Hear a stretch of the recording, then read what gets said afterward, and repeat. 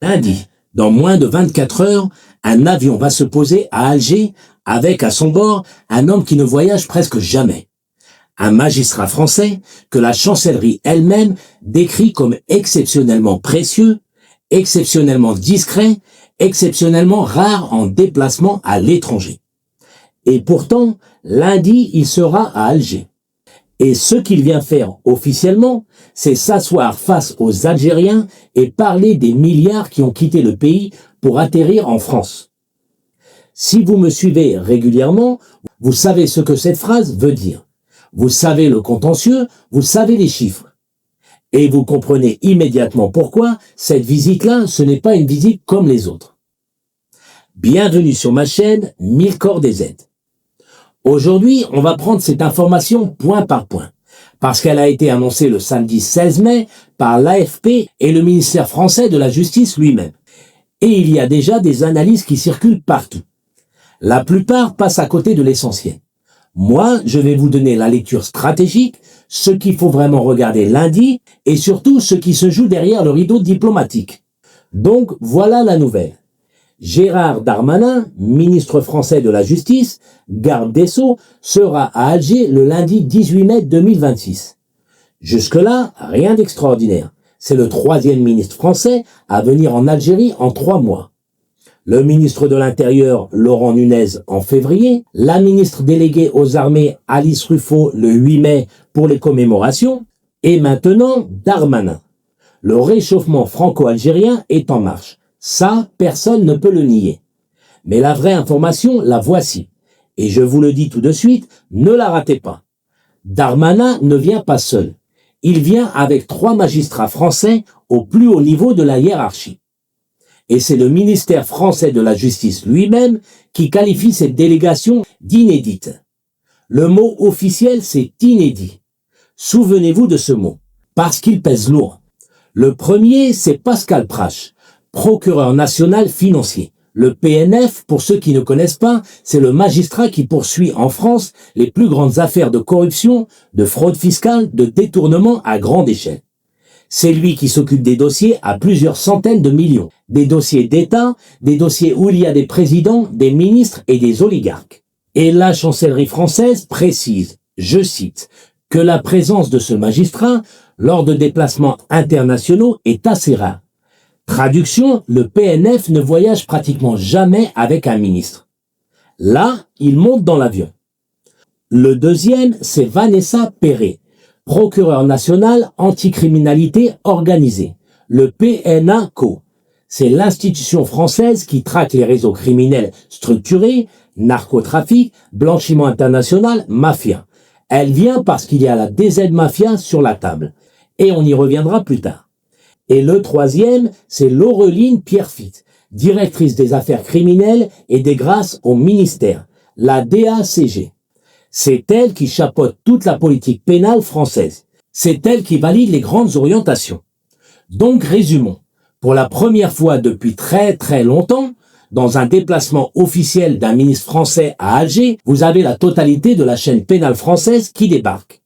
Le politique, le procureur financier, le procureur du crime organisé et la directrice de la politique pénale.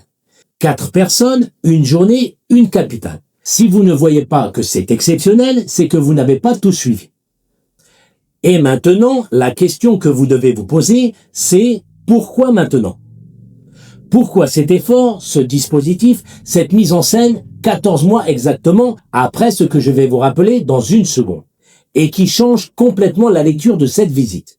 Si vous avez regardé ma précédente vidéo sur la corruption et les biens volés à l'étranger, vous avez déjà la moitié du dossier en tête. Je vous avais expliqué comment depuis 2019, l'Algérie post-Bouteflika tente de récupérer ce qui a été détourné. Les estimations parlent de plusieurs milliards de dollars sortis du pays sous la décennie noire de la corruption. Près de 4 milliards d'euros de biens mal acquis ont été saisis à l'intérieur même de l'Algérie selon les chiffres rapportés par Jeune Afrique en 2022. Des villas, des terrains, des comptes, des voitures, des actifs industriels. Mais le vrai problème, ce ne sont pas les biens saisis en Algérie. Le vrai problème, ce sont les biens qui sont en France et qui ne reviennent pas. Et là, il faut parler d'un nom, un seul, parce qu'il symbolise à lui tout seul le contentieux. J'ai également fait une vidéo à son sujet et vous pouvez aller la visionner. Il s'agit d'Abdeslam Bouchouareb, ancien ministre de l'Industrie et des Mines sous Bouteflika, entre 2014 et 2017. Cité dans les Panama Papers en 2016, condamné en Algérie par contumace dans plusieurs affaires à une centaine d'années de prison cumulées et amende en millions de dinars.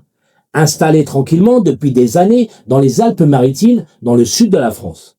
Et que se passe-t-il le 19 mars 2025, il y a 14 mois exactement, la chambre de l'instruction de la cour d'appel d'Aix-en-Provence rejette définitivement les 6 demandes d'extradition algériennes. Définitivement. Toute voie de recours épuisée. La justification officielle, l'état de santé et l'âge de l'ancien ministre. 72 ans, article 3 de la Convention européenne des droits de l'homme, convention d'extradition franco-algérienne de 2019. Voilà la base juridique. L'avocat français du ministre algérien plaide la persécution politique. L'avocate de l'État algérien réplique, citation, Bouchouareb a volé de l'argent aux Algériens, il a été condamné et doit répondre de ses actes. Réponse de la justice française, non. Et le lendemain, le 20 mars 2025, le ministère algérien des Affaires étrangères publie un communiqué officiel d'une dureté rare. Il déplore, je cite, l'absence totale de coopération du gouvernement français en matière d'entraide judiciaire. Et il révèle un chiffre qui jusque-là n'était pas public. 25 commissions rogatoires algériennes bloquées côté français. 25 demandes officielles, juridiques, formelles pour identifier des biens, geler des comptes, transmettre des documents bancaires et exécuter des saisies. 25, tout en attente, tout en suspens. Alger précisait que d'autres partenaires européens, eux, coopéraient sincèrement, loyalement, sans arrière-pensée. Visage élevé vers Paris. Et là, vous comprenez la situation. Vous avez d'un côté l'Algérie qui demande des comptes depuis 6 ans, qui multiplie les commissions rogatoires, qui veut récupérer des actifs identifiés sur le sol français, et de l'autre côté, une France qui temporise, qui refuse l'extradition phare du dossier et qui ne fait pas avancer les demandes techniques. Mais 14 mois plus tard exactement, le procureur national financier français monte dans l'avion. Et il vient à Alger. Voilà pourquoi le mot inédit n'est pas une simple formule diplomatique. C'est un aveu. Maintenant, écoutez bien ce qui suit, parce que c'est là que ça devient vraiment intéressant. Pourquoi est-ce que Paris bouge maintenant? Est-ce que c'est par soudaine bonne volonté? Est-ce que c'est un sursaut moral? Non. Je vais vous dire ce que c'est, et ça ne vous plaira peut-être pas. Mais c'est la lecture froide du dossier. C'est un échange. Parce que la chancellerie française a précisé dans son communiqué officiel cette semaine qu'elle avait elle-même formulé, je cite, une dizaine de demandes d'entraide à l'Algérie. Visant qui? Des dirigeants de ce qu'on appelle la DZ Mafia. Des réseaux criminels qui opèrent depuis Marseille, depuis le sud de la France. Et dont certains chefs présumés se trouveraient en Algérie. La France veut récupérer des informations sur ces gens. La France veut éventuellement obtenir des extraditions, dans l'autre sens cette fois. La France a précédemment obtenu satisfaction avec le Maroc, qui lui a extradé en 2025 Félix Bengui, chef du clan Yoda. Elle veut reproduire ce succès avec Alger. Donc voilà la vraie équation. La France a besoin de l'Algérie pour ses chefs mafieux. L'Algérie a besoin de la France pour ses milliards détournés. Et la visite de lundi, ce n'est pas un acte de générosité française. C'est un point de bascule, un test, une négociation déguisée en coopération judiciaire. Alors je vous pose la question, et je veux que vous me répondiez en commentaire, parce que cette question, elle divise très nettement l'Algérie d'aujourd'hui. Première option, c'est un vrai tournant historique. La France ouvre enfin le dossier, lâche du lest sur les 25 commissions rogatoires, et Alger doit accepter le deal. Deuxième option, c'est de la poudre aux yeux. On offre Bouchouareb en sacrifice symbolique pour récupérer en échange les vraies cibles françaises et au final, l'Algérie repart les mains vides comme depuis 6 ans. Tournant ou poudre aux yeux? Je veux votre réponse en commentaire et surtout je veux vos arguments. Pas un mot, une phrase au moins. C'est là que le débat algérien sérieux se construit. Et maintenant, ce qu'il faut surveiller lundi, parce que vous allez voir passer beaucoup de communiqués, beaucoup de photos officielles, beaucoup de déclarations creuses. Mais il y a 3 indices très concrets qui vont vous permettre de savoir si c'est sérieux ou si c'est du théâtre.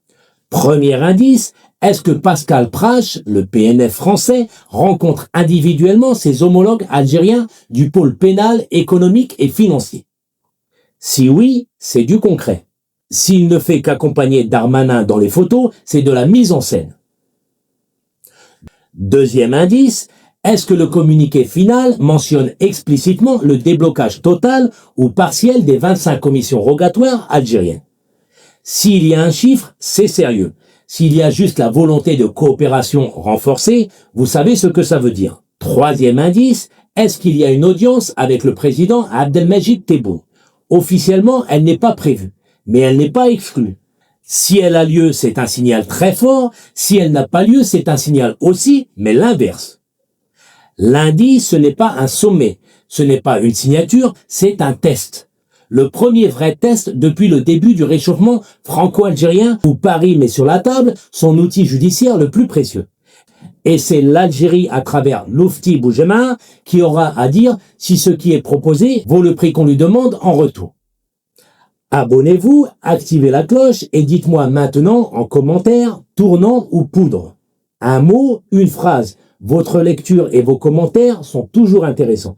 Alors maintenant, je vous dis à demain et surtout, donne ton avis en commentaire, c'est là que le débat commence.